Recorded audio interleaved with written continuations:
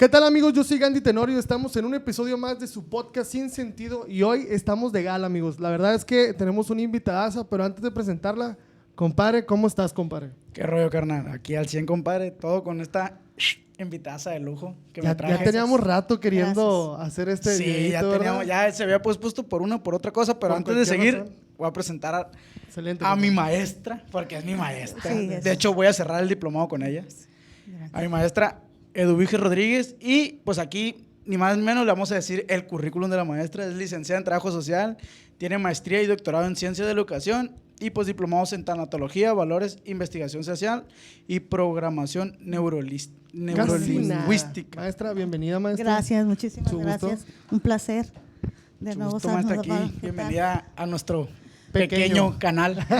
Es parte del show. Ah, perfecto. Y pues hoy tenemos un tema que la maestra nos hizo el favor de presentarse aquí sobre, carnal. ¿Qué es el tema? Hoy vamos a hablar sobre la tanatología. Y ahí es donde entra usted, maestra. Perfecto.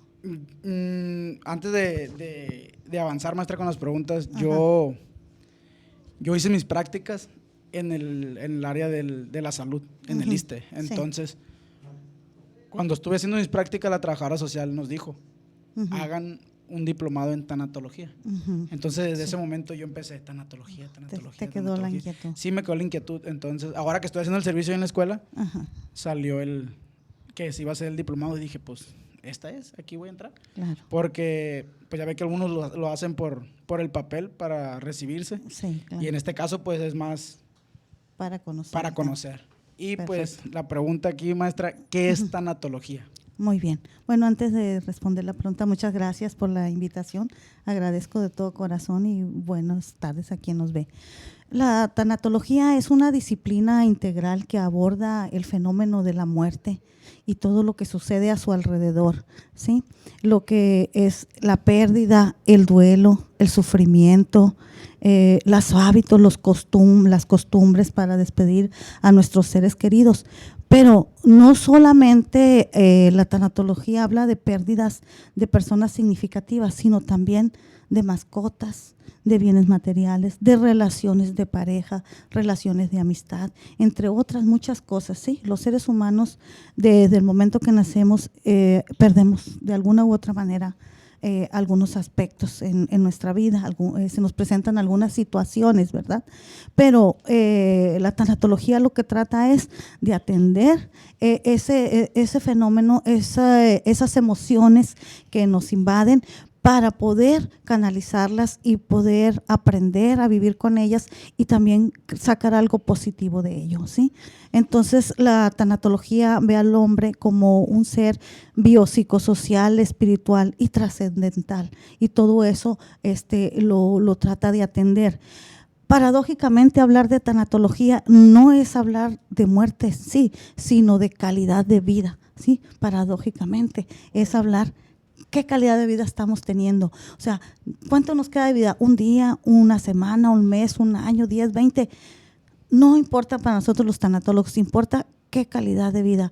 Hacer un alto y qué es lo que no nos gusta, qué es lo que no nos parece, qué es lo que sí nos gusta, qué nos queremos llevar, qué queremos ampliar, qué queremos dar a los demás, qué queremos antes para nada, para nosotros. Antes que nada somos como seres humanos, ¿verdad? Antes de ser tanatólogos somos personas y somos incapaces de dar aquello que no tenemos. Entonces, la tanatología se encarga de todo eso, de ver la calidad de vida que tenemos y poder analizar primero, antes que nada, nuestra calidad de vida para poder apoyar a los demás a mejorar su calidad de vida. O sea, maestra, no, por ejemplo, ¿no? Se me vino ahorita que está diciendo la pregunta, y es de que, por ejemplo, aunque yo no tengo una pérdida recientemente, yo puedo ir con un tanatólogo para lo que usted dice, pues para tener una calidad de vida mejor o ver cómo ver mi vida, pues no estar tan enfrascado en la rutina y enfadado en eso. O sea, ¿puede ir alguien así cotidianamente, pues. Claro que sí, si no se trata precisamente de una pérdida de un ser querido en este momento, sino quizás a veces estamos enfrascados, has tocado algo muy, muy común en nosotros, la vida cotidiana nos absorbe mucho, ¿sí? O sea, las obligaciones, el trabajo, la casa, las costumbres, y a veces no nos damos cuenta que eso no nos está haciendo muy felices. Necesitamos a veces hacer un alto, decía, analizar qué estamos haciendo con nuestra vida. Entonces, en ocasiones también negamos mucho el tener una pérdida, porque yo creo que Pablo ya lo vio en la clase, la negación es una de las etapas, ¿sí?, del duelo. Entonces decimos, no pasa nada, yo estoy muy bien. Uno de los ejercicios que pongo a hacer a mis alumnos, le digo, hagan un inventario de sus pérdidas. Y en una ocasión me dice una chica, maestra, yo nunca he tenido una pérdida. Y le digo, piénsalo bien. No, es que yo nunca he perdido nada. Etapa de negación, o sea, llegar a alrededor de 20 y tantos años, obvio una pérdida, posiblemente murió un abuelo, una abuela, un tío, una mascota, pero la negación es una de las etapas que nos aparece en el duelo. ¿Cuántas etapas son, maestra? No son como receta de cocina en sí, ¿no? Pero sí, digo, no estoy diciendo, ándale, sí, o sea, a ver, aquí tú estás sentada. No. Diferentes autores hablan, por ejemplo, Jorge Bucay habla de 7 etapas, la maestra de maestras y la pionera en tanatología, la doctora Elizabeth Kubler-Ross, habla de 5 etapas, el doctor Reyes Subiría también. Entonces, los autores hablan de 5 a 7 etapas, pero todos coinciden en las etapas, que una de ellas, la primera casi siempre es la negación, lo que te decía ahorita.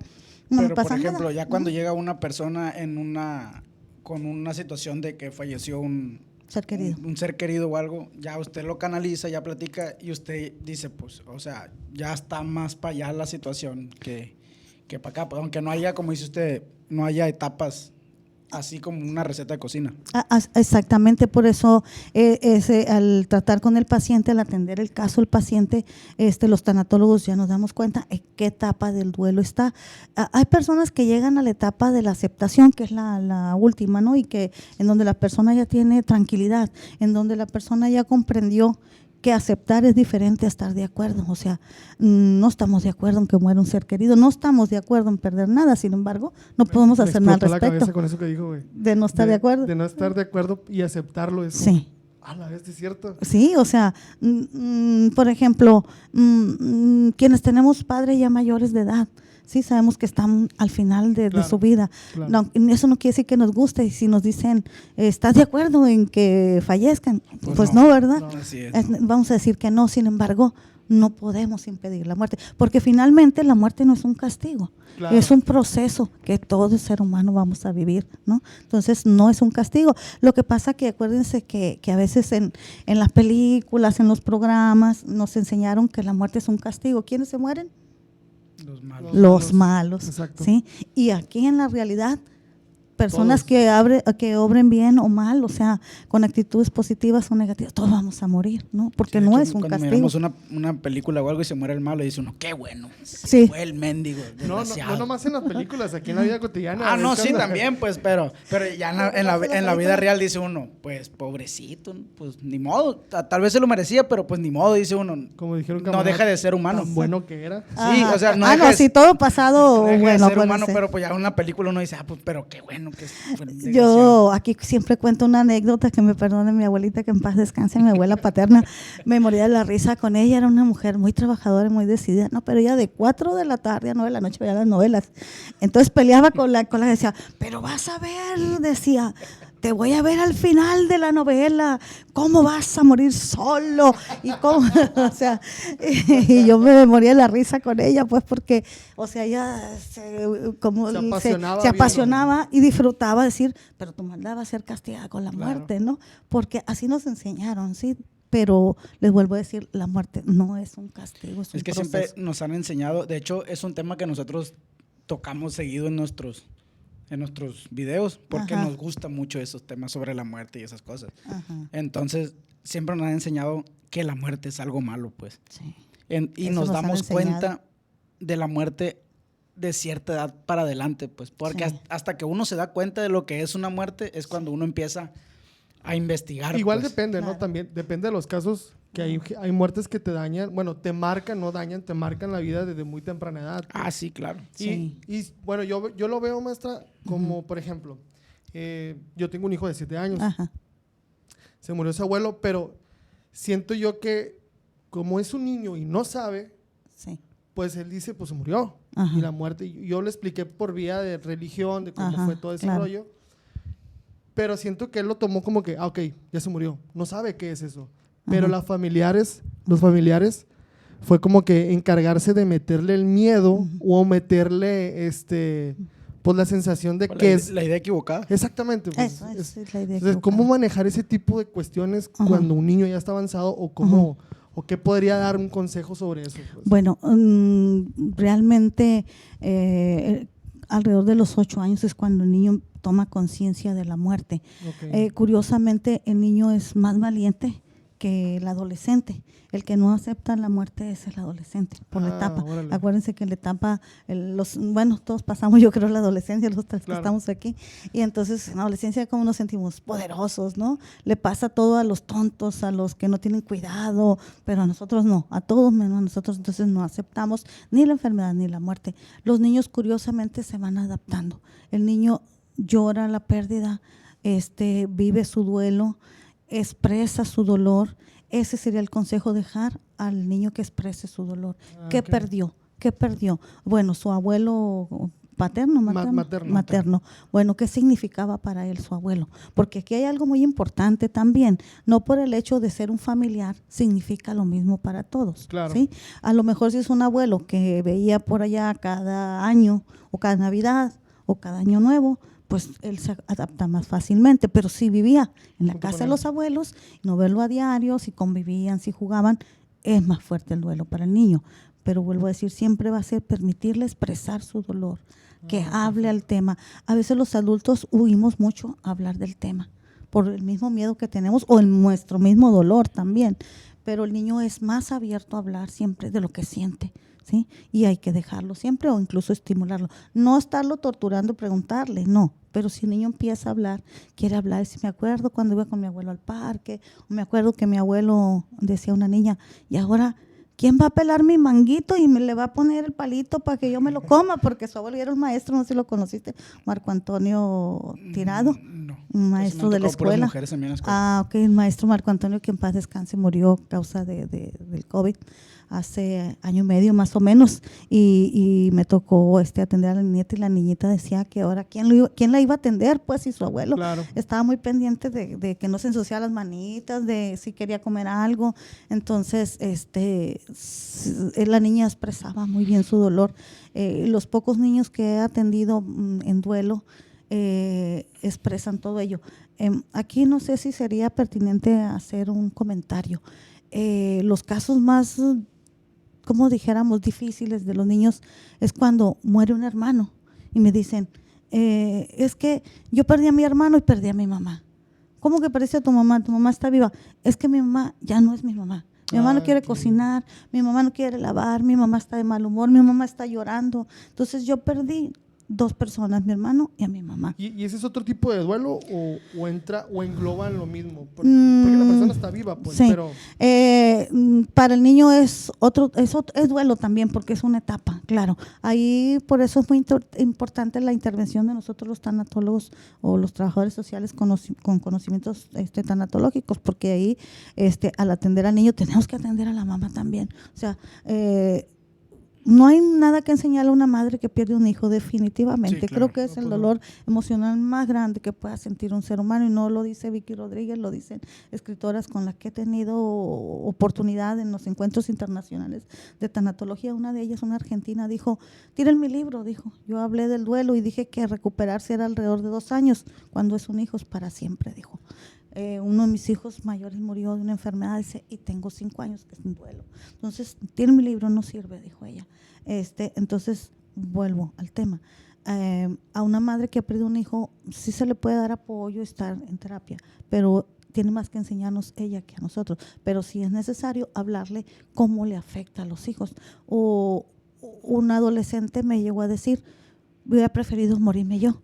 ¿Por qué? Porque mi mamá a lo mejor estaría más feliz porque mi hermano varón fue el que murió en un accidente y ella se lamenta mucho, o sea, ella puro llorar, ella, o sea, la señora estaba en depresión.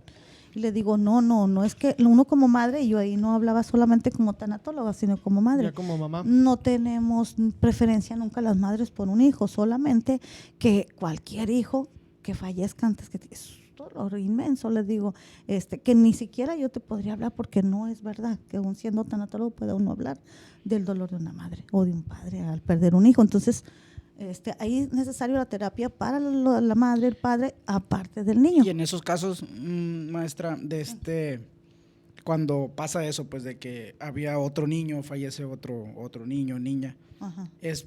¿Quién necesita primero la atención, la mamá o el hijo? O los dos al mismo tiempo. Los dos al mismo tiempo, sí. Regularmente la ayuda la pide la mamá para el hijo, pero a veces no se da cuenta que lo que el hijo está sufriendo es por la mamá. Es por el efecto secundario. El efecto secundario, así es. En este caso que yo estoy citando, el niño me decía, todos los días mi mamá me lleva al panteón, todos los días. Entonces se baja a llorar y llorar y llorar y llorar. Y yo lloro, me decía, de verla llorar. Me duele mucho, me decían ellos, haber perdido a mi hermano, porque no solo era mi hermano, era mi compañero, me enseñó a bailar, me enseñó a cantar, convivía mucho conmigo. Entonces yo perdí, me decía el niño, a mi mamá y a mi hermano. Afortunadamente, actualmente ellos están bien, o sea, después de haber pasado todo el proceso de duelo, con terapia y ahorita ya están bien, se puede decir, se adaptaron, pues, sí, porque ahorita decía, se acepta, se sobrevive al dolor, no es que desaparezca. El dolor ante la pérdida de un ser humano que amas es inevitable, pero el sufrimiento es optativo. ¿A qué le damos sufrimiento?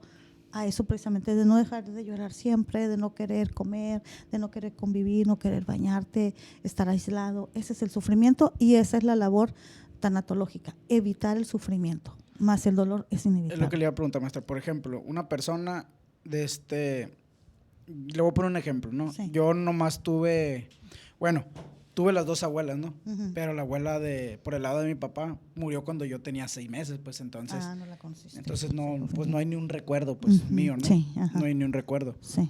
Entonces, mi abuela, pues, por el lado materno, pues toda la vida, pues, sí. Mi abuela falleció hace 7 años, creo. Uh-huh. Sí, 7 años, entonces ya fue, pues, hasta este momento ha sido la pérdida que más me ha dolido, pues, la de mi abuela materna. Claro. Entonces, por mucho tiempo, estuve en el proceso, sí. en el proceso, pero yo solo dije, ya combinando la religión, pues dije, sí. o la creencia más que nada, que nos dicen, si no dejas de llorar, no descansa, pues. Okay. Entonces, yo llegó el momento que dije, ya, o sea, mi abuela pues merece descansar. Y uh-huh. yo puse esa pausa. Y te hiciste la idea esa. Y me hice la idea. Pero, por ejemplo, a lo mejor, cerré el ciclo. Sí. Pero que me acuerde paulatinamente o a largo plazo, ¿quiere decir que el ciclo no está cerrado? No, precisamente. Sí está cerrado el ciclo. Mira, tenemos la idea. Exactamente, por eso a veces se contrapone la religión con la espiritualidad. Ser tanatólogo es desarrollar un poco tu espiritualidad, ¿sí? Que no es lo mismo que la religión, claro. ¿Sí? Entonces, por eso es que a veces se contrapone. Nosotros como tanatólogos estamos en contra de no llorar. Tienes que llorar. ¿Por qué? Porque de verdad te dolió. A veces dicen, es que lloras por ti, no por el ser querido que se te fue. ¿Cómo? Pues claro, lloras por ti porque ese ser querido que se te fue te hace falta, lo extrañas, ¿sí? Y obvio vas a llorar. Se considera alrededor de 2 años, vuelvo a repetir, lo normal de estar llorándole a un ser querido. Pero puede pasar 7 años, me dices, murió, sí. Que tú vayas al panteón o escuches una canción que a él le gustaba, no sé, y llores. Mientras no te quedes en el llanto, en la depresión, no pasa nada, es normal. Pero es como que soltar el sentimiento en ese momento. Pues. Claro, así es vivir ese sentimiento y no temerle. Lo sientes, te hace falta, te dolió, sí, aceptas. Pero sí es verdad que a través de la religión nos dicen, es que no lo dejas descansar. No podría ahondar yo en la religión, no tengo muchos elementos para hablar de la religión, pero sí les puedo decir que se vale llorar. porque cuando uno no saca ese dolor emocional, se somatiza y se convierten en enfermedades físicas o se convierten en adicciones. Por ejemplo, ahí maestra, hablaban sobre el proceso de llorar o de no bañarse o a veces hasta dejar de comer y todo eso. ¿Cuándo llega a ser ya un problema para la persona? Cuando ya se convierte en un duelo patológico es cuando pasan exactamente más de 2 años y la persona sigue en esa actitud de no querer comer, de no querer bañarse, no querer convivir, de andar como sombra toda vestida de negro. Me tocó un caso una vez que me asusté bastante. Cerca de mi casa hay un Oxxo y un parque, que veo una señora vestida de negro completamente, o sea, dijo la muerte, dijo que... La Llorona, la muerte, Ave María, dije yo ahora sí. Entonces es verdad que vienen por uno los espíritus negros, ¿no? Entonces, pues yo siempre he sido muy preguntona como buena trabajadora social. Maestra, y como el Chavo usted, ¿no? Sí, no, casi me da la chiripiolca, me quedo tiesa y oigan, le digo, ¿alguien me puede decir por qué la señora está sentada en el parque? Me dicen, es que a esa señora le asesinaron a su hijo ahí y ella no era parque, ella lo mandó a hacer parque, tiene dinero. Entonces se viene y se sienta todas las tardes a imaginarse que él está aquí y le gusta ver a los niños. Y le digo, eso está muy bien como parte de un ritual de duelo, si tú lo quieres, más no la vestimenta de negro, o sea, era como que supieran, o sea, me duele. Entonces, eso es tipo de situaciones son las que tratamos de evitar. No porque nos asustamos, nosotros los tanatólogos somos amorales, no hacemos juicios, no juzgamos, pero creemos que eso no es muy sano para las personas. Me decía un día en el hospital psiquiátrico un trabajador social que él tenía el cabello de su primer novia que había fallecido en la juventud y que él la guardaba en su cartera, a pesar de que ya era un hombre casado y todo, y que cada vez que iba a dar una conferencia algo, él iba, corría al baño y veía el cabello de ella y lo tocaba. Y le digo, pues no está mal desde mi punto de vista, pero qué bueno que no lo haces en público, porque a lo mejor la gente sí se va a asustar. Para ti. ¿Qué onda con eso, pues? Sí, o sea, uno está loco, o sea, ¿qué trae? Ya se contagió de atender aquí pacientes psiquiátricos. Entonces, cada quien decide cómo vive su duelo. ¿Sí? Pero cuando la persona, por ejemplo, el ejemplo ese que puso del joven ese, guarda algo de una persona así por mucho tiempo, ya no se causa como un problema psiquiátrico. Sí, en ocasiones sí se causa un problema psiquiátrico, en ocasiones sí se convierte en un problema psiquiátrico. Por eso también una labor de nosotros los tanatólogos y trabajadores sociales, canalizar los casos. ¿Qué es lo que pasa? El cerebro, acuérdense que el cerebro segrega algunas sustancias como la oxitocina, la dopamina y no recuerdo qué otra sustancia, pero cuando la persona tiene mucho sufrimiento emocional, mucho dolor, a veces el cerebro deja de segregar esa sustancia. No quiere decir que la persona esté demente, no. Simplemente es el dolor que no le deja funcionar bien su cerebro. Entonces se canaliza a un psiquiatra para que le dé un medicamento, ¿sí? Neurotransmisores, que vuelva otra vez ese cerebro a producir sensación de placer, de alivio, de tranquilidad, ¿sí? Es temporal, no quiere decir que es para siempre. Más sin embargo, si no se atiende, sí se puede convertir en una patología. Y ahí deja de ser su paciente, supongamos que sí. Bueno, en ocasiones tengo pacientes que canalizo a psiquiatría, pero también regresan conmigo. Okay. ¿Sí? Es que establecemos casi como un nexo de amistad. Muy ¿sí? bien. ¿Cómo está, maestra? ¿Cómo estás tú? ¿Cómo te sientes hoy? ¿Qué pasó? ¿Podemos tomarnos un café? Etcétera, etcétera. De ese tipo de terapias es la que yo ofrezco. ¿La tanatología, maestra, se apega más al psicólogo o al psiquiatra? ¿O van agarrados de la mano? Creo que más al psicólogo, aunque hay diferencias. La tanatología en sí podría hablar yo como una transdisciplina. Por eso digo que es una disciplina integral, porque para atender un caso tanatológico entra psiquiatría, psicología, antropología, entra incluso la teología, sociología, trabajo social, obviamente. Entonces, por eso digo que es disciplina, entran todos ellos. Sería difícil determinar si es la psicología o la psiquiatría, porque depende cada caso, ¿sí? Okay. Cada caso es único, cada caso, o sea, hay similitudes, pero no podemos generalizar. Oiga, maestra, por ejemplo, yo había estado leyendo y escuchando unos audios sobre tanatología, sí, y hablaban de que no nada más es ya después de la muerte de un familiar o de una persona, sino que es en el proceso de, por ejemplo, cuando es un enfermo, cuando hay una persona que ya sabes que se va a morir. En fase terminal, sí. Exactamente, entonces es cuando también podría entrar un tanatólogo, porque tenemos la costumbre o la idea de decir, no, cuando estamos con el paciente, de que no hablen de la muerte. Existe mucho el tabú todavía. Exacto, es un tabú. En la primera generación de diplomado en tanatología en el año 2005, que tuvimos el gusto de participar, íbamos al Seguro Social, al hospital, y nos negaban, o sea, no hay enfermos en fase terminal, no había ninguno, porque existía todavía ese tabú. Creo que hoy curiosamente no había ninguno. Curiosamente no había. Creo que todavía, porque volvemos a lo mismo, incluso el personal de salud está acostumbrado a que es un castigo, que les dicen a los pasantes, creo los médicos, en mi turno no se muere nadie, a ver cómo le haces, pero que se muere en el turno que sigue, pero en el tuyo no. No, y luego los doctores también te dicen, si haces eso te vas a morir, es como que, la madre. Sí, como castigo. Entonces también el personal de salud a veces vive duelo. ¿Por qué? Porque lo ven también como castigo, y no quiere decir que eso, ellos pudieron haber dado el esfuerzo y todo, y la persona va a morir. O sea, es verdad, en la fase terminal, y enfermos de cáncer, enfermos de SIDA, que me ha tocado, desde ahí se empieza con los familiares, sobre todo con los cuidados paliativos. Sabemos que no se va a curar, pero hay que cuidarlo, ¿sí? Hay que tratarlo con amor. Les decía yo en una clase, Pablo, hay que alimentarlo, tenerlo limpio, si es posible, leerle poesía, cantarle, bailarle. Cada persona es distinta. Hay personas que les gusta tejer, señoras, hay personas que quieren que se les rece, cada persona pide algo, pues. Entonces, como tanatólogos, si no lo ofrecemos, hacemos las gestiones.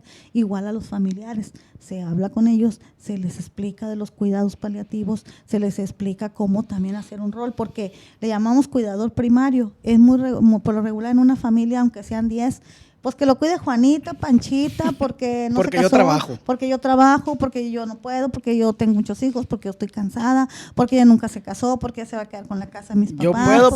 Yo puedo, pero ayúdenme en todos económicamente. Ese es otro también. Eso es muy sonado. Y quiero que sepan que también aquí en la tanatología entra hasta lo legal. O sea, lo del testamento, la voluntad anticipada, como que, ese tipo de cosas, porque es muy común que cuando la persona muera y el que no lo cuidó, así tengo una vaquita, lo reclame. Si tiene un terreno 4x4, lo reclame. Y es un problemón. Incluso me ha tocado problemas por la cama, que era del muerto.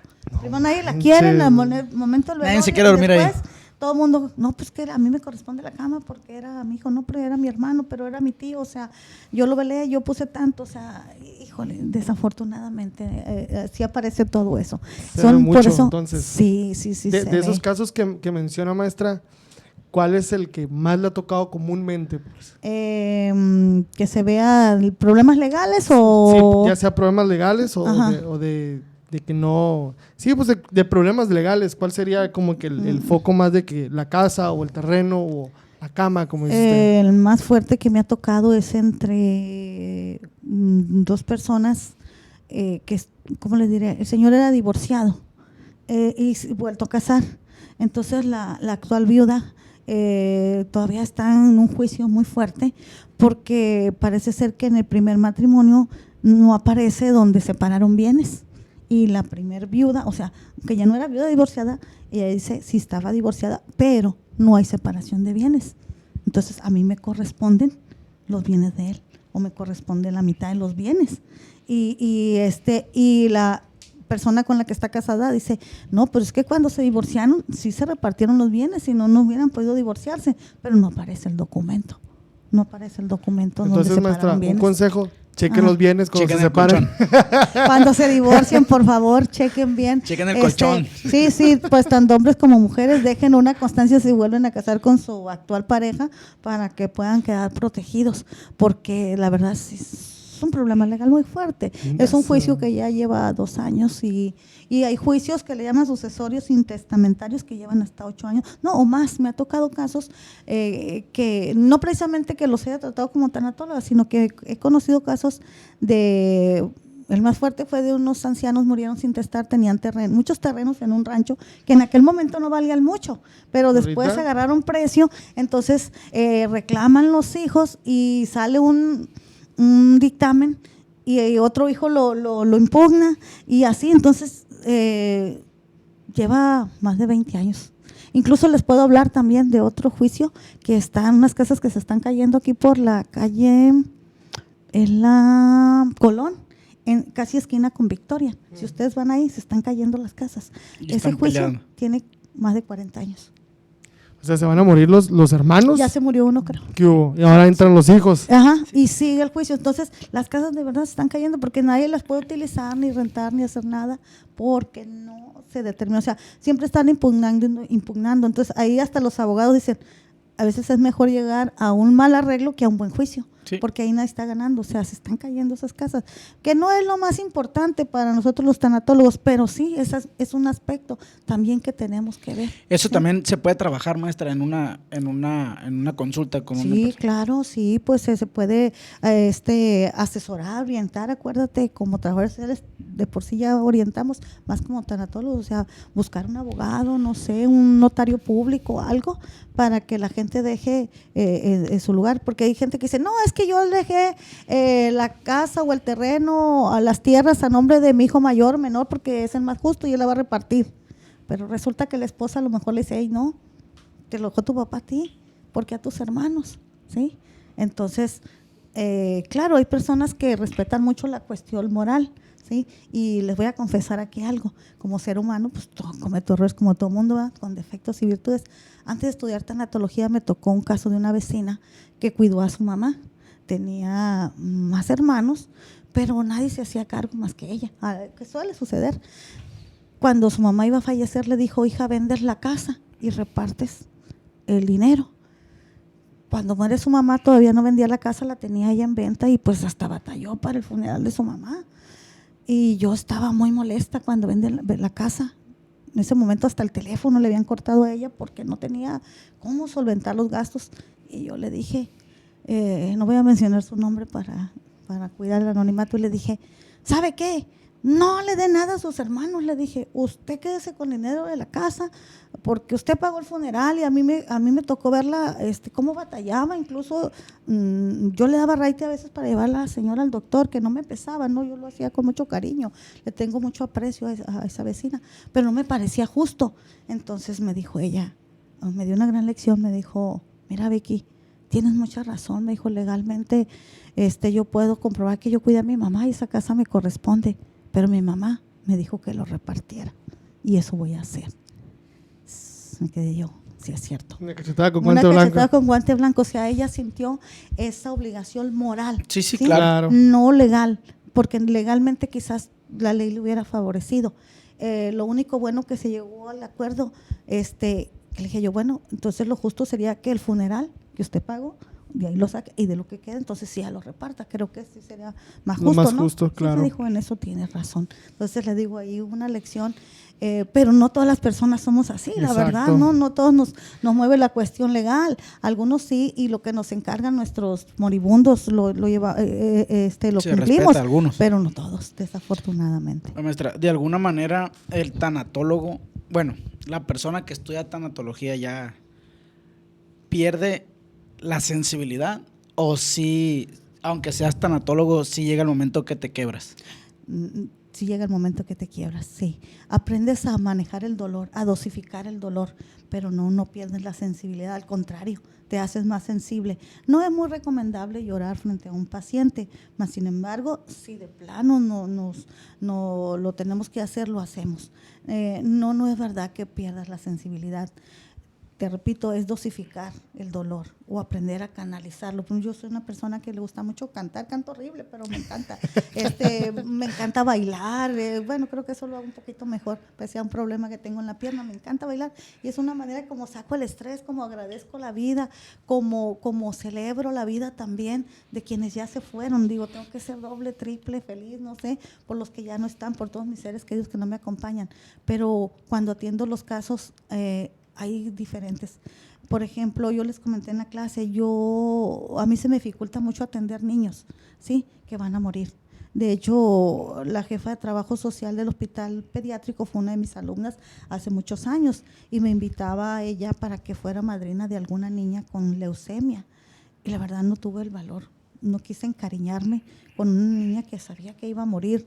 De verdad me cuesta mucho trabajo. Entonces, por eso te digo, hay de casos a casos. Yo hace como un mes más o menos estuve en la escuela en una charla sobre este campo de intervención del trabajo social y hablé de aquí de la tanatología y me decían que cuál es el caso más difícil que me había tocado. Y justo le iba a preguntar eso. Sí, te vi la mirada. Y sí, el caso más fuerte fue de una familia que al parecer tenían lupus, algo así. El señor trabajaba muchísimo, personas de muy bajos recursos económicos que vivían en una comunidad rural. De la nada el señor se pone mal, piensan que tiene un golpe de calor y el señor muere. O sea, él llega ahí a Costa Rica en el INSS y muere. Entonces la señora, pues bien desesperada, no haya qué hacer, anda, quiere entrar al señor, y tenía una hija de 15 años que era como el pilar de esa familia, bien la más movida, que dijeran los jóvenes, la más alivianada, como dicen los jóvenes, ¿verdad? Pero de repente la muchacha, como a los 2 meses, igual quería ir a una fiesta y la señora pues les decía que no, que estaban en duelo, que no sé qué, que estaban de luto, como dice la gente en las comunidades, y le empezó a doler la cabeza a la chica y se la llevaron al hospital y resultó que también tenía lupus. Entonces, desafortunadamente la chica también murió a las horas. O sea, de cuenta que no tenían el diagnóstico de la enfermedad. Para cuando presentaban un síntoma, tanto el papá como la chica, murieron muy rápido, en cuestión de horas. En ese inter, al niño de 8 años le diagnostican lo mismo.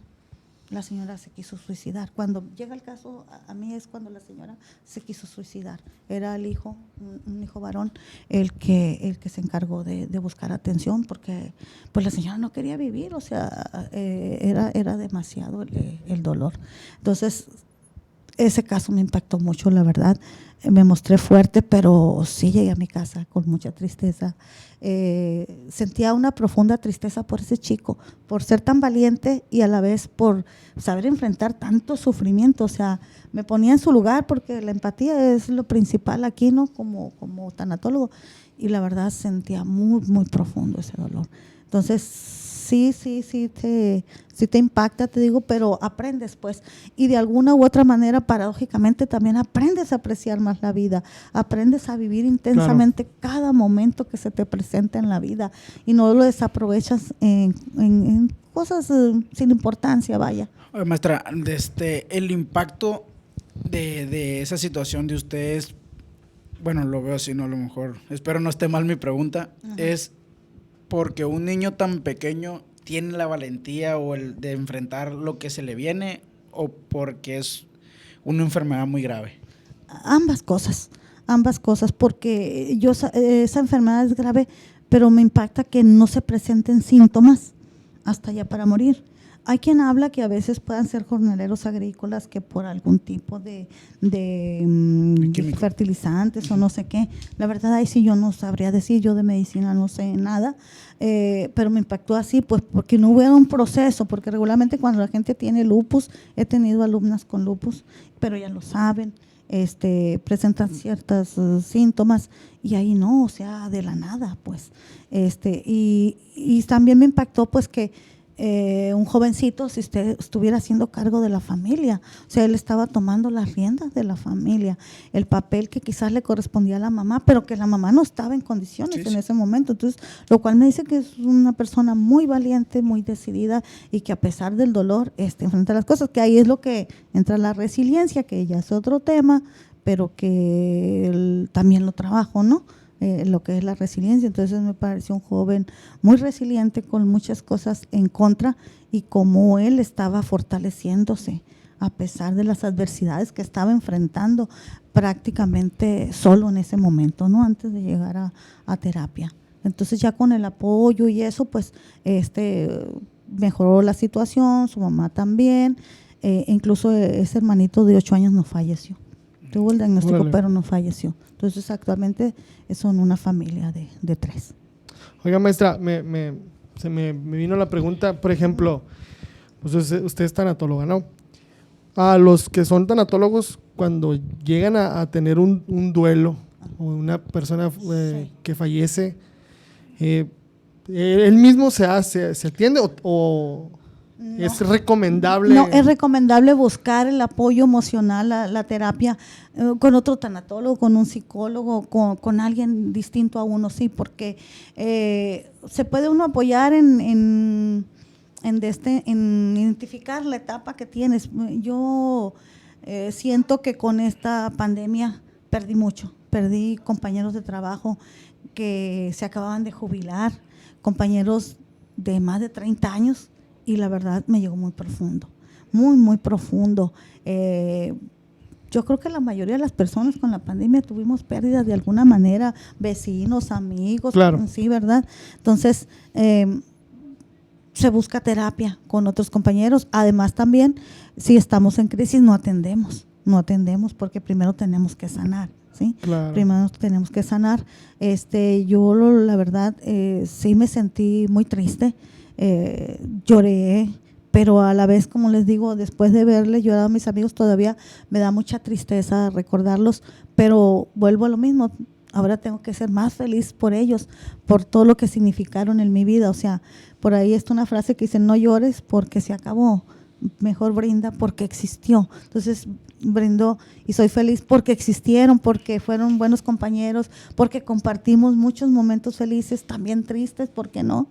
Compartimos muchísimas historias como compañeros de trabajo y como amigos, pues. Entonces, sí, se busca la ayuda, como les digo, y deja uno de atender mientras uno no se sienta fortalecido para poder estar hablando con las personas en terapia, ofreciendo terapia, perdón. Y hay tanatólogos con resiliencia, maestra. Creo que la mayoría de los tanatólogos somos personas resilientes de alguna u otra manera, porque la mayoría hemos enfrentado el dolor y creo que de alguna manera salimos fortalecidos para poder apoyar a los demás. O sea, nos apoyamos a nosotros mismos y apoyar a los demás. En una ocasión, en una de las pláticas que doy en la escuela sobre tanatología y trabajo social, me preguntó una alumna que por qué había estudiado yo tanatología. Y le digo, por ahí hay un autor, no recuerdo su nombre, que dice que no existe la sana concepción. O sea, nunca estudiamos ni hacemos nada que no nos interesa también lo personal. Así es. ¿Qué me pasó a mí? Cuando yo tenía 6 años, murió mi abuela materna, la cual era muy significativa para mí. Era como mi mamá. ¿Por qué? Porque vivíamos en la misma cuadra, mi madre siempre estaba ocupada, era una mujer muy joven y ocupada, éramos muchos hijos, pero mi abuelita siempre me buscaba a mí. Entonces, yo pasaba los días con ella, pasaba los domingos. Cuando ella fallece, pues creo que tuve depresión infantil, pero en aquel tiempo, te estoy hablando de 50 años atrás, pues ¿qué se iba a imaginar la persona que un niño sufría depresión porque muriera un ser querido? Es más, no te permitían estar en el funeral. Creíamos que era cruel que el niño estuviera ahí. Entonces, de una manera de protegerte era alejarte, lo cual ahora sabemos que no es correcto. Es mejor que esté el niño presente ahí. El caso es que yo sufrí muchos años, toda la primaria, fue una niña muy tímida porque siempre tenía miedo de hablar, hasta de levantar la mano, y aunque sabía las respuestas, no me animaba. Yo aprendí a leer y a escribir muy chiquita porque imitaba a mi hermana mayor. Entonces, cuando mi hermana entra a la escuela a los 6 años, yo tendría 4 o 5 y yo aprendí viéndola a ella. Entonces, tengo muy fea letra porque así me quedó desde que aprendí de esa edad y así. Pero les digo que estaba en la primaria y a pesar de saber hacer muchas cosas, no me atrevía por ese miedo tenía miedo a todo y de todos. Entonces fue esa la muerte de mi abuela materna que me marcó la vida, ¿sí? También quiero hablar de lo siguiente. Yo tuve lo que es un duelo acumulativo o incluso patológico. Yo me di cuenta cuando muere mi abuela paterna, muchos años después, 30 y tantos años después, yo me quería morir. O sea, era un llanto desgarrador cuando mis hermanos estaban muy tranquilos, al grado que una de mis hermanas más chicas me dice: oye, Vicky, ¿por qué te pones así? ¿Te sientes mal? ¿Crees que trataste mal a mi abuela? ¿Crees que pudiste haber hecho algo por ella? bueno, siempre nos queda la sensación de culpa cuando ¿no? Siempre creemos que pudimos haber hecho algo mejor, pero no, es que yo estaba enterrando a mis 2 abuelas. Yo no había vivido el proceso de duelo, no había cerrado el ciclo, que ahorita hablaba Pablo de ello, de la muerte de mi abuela materna. Entonces yo estaba enterrando a mis 2 abuelas en ese momento, 30 y tantos años después. Eso fue lo que me llevó a ver, no estoy bien, yo ocupo ayuda, yo necesito conocer acerca de la tanatología. Yo había escuchado en programas de televisión, por eso es muy importante este tipo de comunicación, escuchar en los programas. Entonces yo escuché, y en a los años me enteré que había un diplomado en tanatología aquí en Culiacán, y no dudé en ir inmediatamente, y así fue como yo descubrí y empecé a... Sí, es que mucha gente le dices, no, que estoy haciendo un diplomado, y te dicen, ¿de qué? De tanatología. ¿Y qué es eso? Sí, tenemos la ignorancia de saber qué es tanatología. Y toda la gente dice, ¿qué es eso? Ya, no, pues así te ayudan a conllevar la muerte, ayudar a los familiares y ayudar a un paciente en fase terminal. Ah, ok. Y ya pues la gente ya, al que le importa, investiga más. Por ejemplo, en mi caso fue que yo dije, voy a investigar qué más es, pues. Fíjense, curiosamente, en países de primer mundo, en Europa, países como Italia, Francia, España, Grecia, no sé, entre otros, cuando va a morir un ser querido, en las instituciones públicas, que para nosotros sería ISSSTE, Seguro Social, etcétera, hay un equipo de tanatólogos que empieza a trabajar con el enfermo y con los familiares del enfermo. Van hasta el domicilio, hacen visita domiciliaria para dar terapia y se les paga por ello. Aquí todavía estamos en pañales. Considero yo que quizás años próximos exista ya ese equipo de tanatólogos en la salud, en las instituciones de salud pública o también privada, en donde se brinde atención al enfermo moribundo y a sus familiares. Siempre ha llevado, obviamente, los países de primer mundo, siempre han llevado la batuta en todo ello, pues ellos tienen más de 30, yo creo 40 años trabajando ya la tanatología, y nosotros no, así como dice Pablo, pues nos preguntan, bueno, ¿y qué es eso? O me decía mi yerno es contador y me decía un día, suegra, perdón, yo trabajo con números, soy contador, el abogado con las leyes, pero ¿y usted qué hace? Entonces le digo, bueno, trabajo con necesidades sociales, trabajo con pérdidas, con calidad de vida. Yo creo que quizás no le quedó muy claro porque es de las ciencias exactas, ¿verdad? Y nosotros ciencias sociales, algo intangible. Dígale que vea este podcast, maestra. Yo creo que sí, otro seguidor más. Saludos para mi yerno. Entonces, sí, a veces es difícil. Ya lo quiere mucho. Es el único. Aguas, loco. Solamente tengo una hija mujer y le digo, es mi yerno preferido. El único. Es el único, el yerno que más quiere. Es el yerno que más quiere, es que más quiero. Entonces le digo, a veces así me pasa como a Pablo, o sea, pues, ¿no? ¿Y qué es? ¿No? Y ya cuando la gente se entera, pues ya, qué importante. Vuelvo a decir, conocer de tanatología, tratar a un paciente no quita el dolor, pero sí el sufrimiento. El dolor es inevitable a perder un ser querido o a perder algo a alguien, ¿sí? Pero el sufrimiento es inevitable. A veces el sufrimiento es evitable.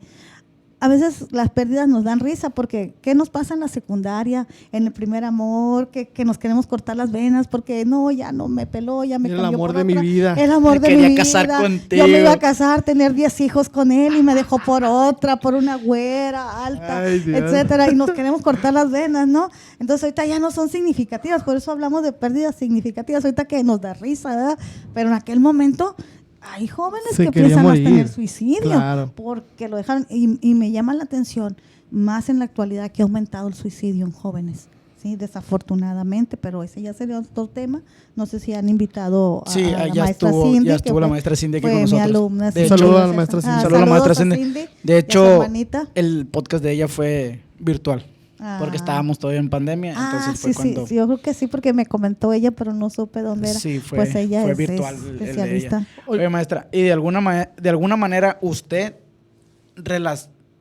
para una consulta, o sea, su estudio tanatología. Tanatológico. Eso. Lo que estamos hablando, lo relaciona o lo adjunta a su creencia religiosa para poder llevar un buen proceso, o solo lo que ha estudiado usted? Creo que más lo llevo hacia lo profesional y en ocasiones puede ser hacia lo espiritual. No hacia lo religioso, porque no todas las personas son de la misma religión. Claro. Entonces, aunque yo me digo de una religión, no, la creencia que yo tengo en un poder superior o en el Dios de mi entendimiento no es un Dios castigador. Es un Dios que nos ama, que nos acepta tal y como somos. Entonces, intento más bien a nivel profesional y a nivel espiritual, por ese lado. Pero no, pocas veces. Es que les decía, cada caso es muy diferente. Sí, cada caso Oiga, maestra, muy diferente. Por ejemplo, para dar de alta a un paciente, ¿cuándo es el momento para dar de alta a un paciente? Cuando ya cierra el ciclo total, pues. Fíjate, me estoy sonriendo porque lo ves en el cambio de actitud. La persona, desde que la ves que viene caminando, su actitud derrotista o molesta, su tono de voz, lo doy de alta cuando ya veo que aceptó a mi juicio, pues que aceptó ya la pérdida, ¿sí? En una ocasión, recuerdo una enfermera, había muerto su padre de un infarto. Ella se sentía súper mega culpable porque se había ido a comprar la tela para un vestido de 15 años de su hija. Me tocó darle terapia a ella, a sus hijos, y curiosamente su ex esposo fue quien me buscó. Aunque ya no estaban casados, él estaba muy pendiente de sus hijos, lo cual siempre he aplaudido en ellos. Todavía hace poco los vi. Entonces, ella me dijo, maestra, ¿cómo le voy a pagar? Entonces le dije, ¿sabe con qué me va a pagar? Con una sonrisa, le dije. Cuando usted me pueda sonreír, le dije, corresponder a mi sonrisa, me va a pagar. Se quedó seria, como diciendo, quizás no lo logro, pero sí lo logró. El día que me dio la sonrisa, le dije, no sé quién está más feliz, si usted o yo, le digo, claro, porque en verdad me da mucho gusto, le digo, verla sonreír. Desde que la vi, me identifiqué, vi que es una buena persona, la vi que es muy entregada a su profesión, pero la vi que no podía sonreír de tanto dolor y tanta culpabilidad que sentía. Pero pese a que usted sabía como enfermera que su padre estaba enfermo del corazón, que podía morir en cualquier momento, que vivió 8 años más después de un diagnóstico médico, pues no lo podía aceptar. Le digo, hoy que lo aceptó y me da una sonrisa, yo me siento bien pagada, le digo. Y en ocasiones así les digo a mis pacientes, o sea, a manera de broma, pero como dicen, entre broma y broma la verdad se asombra. Claro. Me vas a pagar con una sonrisa, cuando me puedas sonreír. Sí tiene un costo económico a veces, pero depende también. A veces son pacientes de muy bajos recursos económicos y obviamente no cobro económicamente, pero sí les cobro emocionalmente esa sonrisa. Sí, pero viendo lo económico a cómo te vas a sentir anímicamente, yo creo que no tiene precio. No pues, tiene precio. No tiene precio. Maestra, una persona no sé cómo generar la pregunta, a ver, pero una persona que se dedique a la delincuencia, okay, que se dedique a matar, vaya, sí, claro, un sicario. Sí. Obviamente esas personas, algunos deben de sentir algo al momento de que hacen su trabajo, porque pues es su trabajo, indebidamente, pero es su trabajo. Claro. Una persona puede recibir una asesoría de tanatología. Sí, claro. Ahorita aunque lo que haya hecho sea por paga o por gusto. Como sea. Acuérdense que les decía hace rato, los tanatólogos somos amorales, no inmorales, amorales. O sea, nosotros no hacemos juicios, ¿sí? No hacemos juicios, y sí, también las personas que han cometido algún homicidio pueden ser tratados. Claro que sí. O sea, no es muy común que pidan ayuda. Sí, claro. En una ocasión nada más alguien pidió ayuda a través de otra persona. Sí, ya viene, ¿no? Que pide, entonces, y pide ayuda y vuelve a estar así en ese juego. También puede ser me tocó un joven en el Consejo Tutelar para Menores. Él había asesinado por accidente a alguien. O sea, él tomó la pistola y se le hizo fácil traerla. Y en un pleito la sacó. Pero nunca esperó, haz de cuenta, como que él quiso asustar. Nunca esperó que de un solo balazo, un solo tiro, asesinar a alguien. Tenía mucho dolor y mucha culpa. Incluso se habla de un niño por ahí, pero no ha sido paciente de un bullying, donde un niño empuja a otro y muere. Me tocó observar al niño, más no atenderlo, muy afectado. Sí, pero eso es por accidente. Pablo dice cuando se dedica a eso. Premeditado. Aún así se puede atender, sí, claro que sí. Es muy difícil que te pidan la ayuda, pero sí. Sí, claro. Sí, se pero puede. Sí me imagino que ha de causar algún daño, pues entonces, más de alguno, no está tan mal como todos, pues. No, o más de alguno toma conciencia también, quizás, acuérdense que no todos tenemos el mismo nivel de conciencia.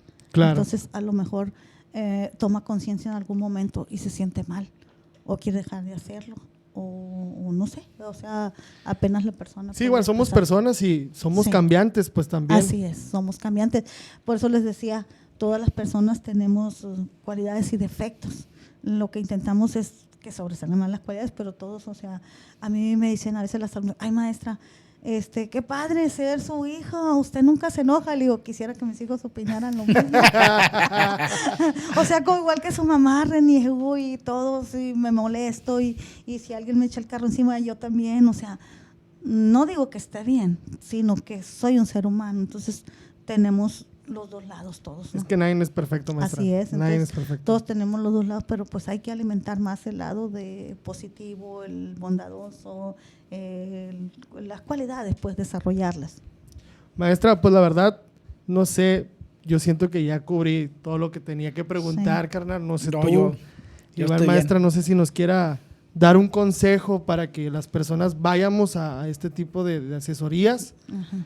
Es libre de decir lo que usted gusta, maestra. Yo creo que sí, más que nada, más que buscar la asesoría tanatológica, claro, le recomendaría a cualquier persona que sienta que ha perdido algo o a alguien. Ahorita hablaba yo de relaciones de pareja, de amistad, también pérdidas económicas, de cualquier tipo claro, seres queridos, o también de las mismas capacidades de uno. O sea, yo les decía, padezco de osteoartritis en la pierna izquierda. Es una pérdida también, a la cual me he tenido que adaptar. Entonces, cualquier persona que sienta que tiene una pérdida, hay que buscar la ayuda tanatológica, ¿sí? Pero más que eso, mi recomendación sería vivir intensamente, sin dañar a terceros, todos los momentos de nuestra vida, todos los días de nuestra vida, ser lo más felices posible, no esperar a que no pase nada o a tener el carro del año, la casa del año, la carrera, el cuerpo, la ropa, no, ser felices con lo que tenemos mientras luchamos por lo que queremos alcanzar. Esa sería mi recomendación. Pues perdón. Y muchas gracias, yo quiero agradecerles de todo corazón esta invitación, esta charla que creo que nos enriquece bastante. No, muchas gracias a usted, maestra. Muchas gracias, maestra, la verdad. Igual para que todos sepan, ya tenemos preparado otro podcast con usted y la maestra Cindy. Qué pero bien. eso ya Esto va a estar chido. eso va a estar, porque Perfecto. Es como una contraparte, pues, los dos temas. Entonces, si no han visto ese podcast, vayan a verlo. Se trata del suicidio. Prevención al suicidio. Prevención al suicidio, vayan a verlo. Entonces, maestra, pues muchas gracias, maestra, por aceptar la invitación. Gracias a ustedes, muchísimas gracias. Neta que muchas gracias. Es algo que, la verdad, pues en la cuestión personal yo sí era ignorante totalmente hasta que Pablo me comentó y dije, este es un muy buen tema, pues, para que la gente aprenda. Pero siento que, como lo describes, son gente que está para ayudarnos y ver la vida mucho mejor y tener una mejor vida. Claro. La neta que si tenemos oportunidad en cualquier aspecto de la vida hay que ir con alguien y pues la verdad que muchas gracias por vernos. Compadre, no sé, ¿qué quieres comentar algo? Pues no, sería todo. Muchas gracias a todos por llegar hasta este punto del video. Ojalá les haya gustado. ¿Y maestra, a dónde la podemos encontrar, maestra? Okay. ¿O a dónde la pueden encontrar los? Bueno, en la Facultad de Trabajo Social de aquí de Culiacán, pero también si a alguien le interesa, mi número de celular es 6691-279605 y con mucho gusto los atenderé. Vale, pues perfecto. Muchas gracias, gente. Recuerden que apoyo.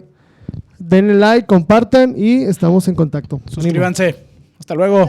Bye.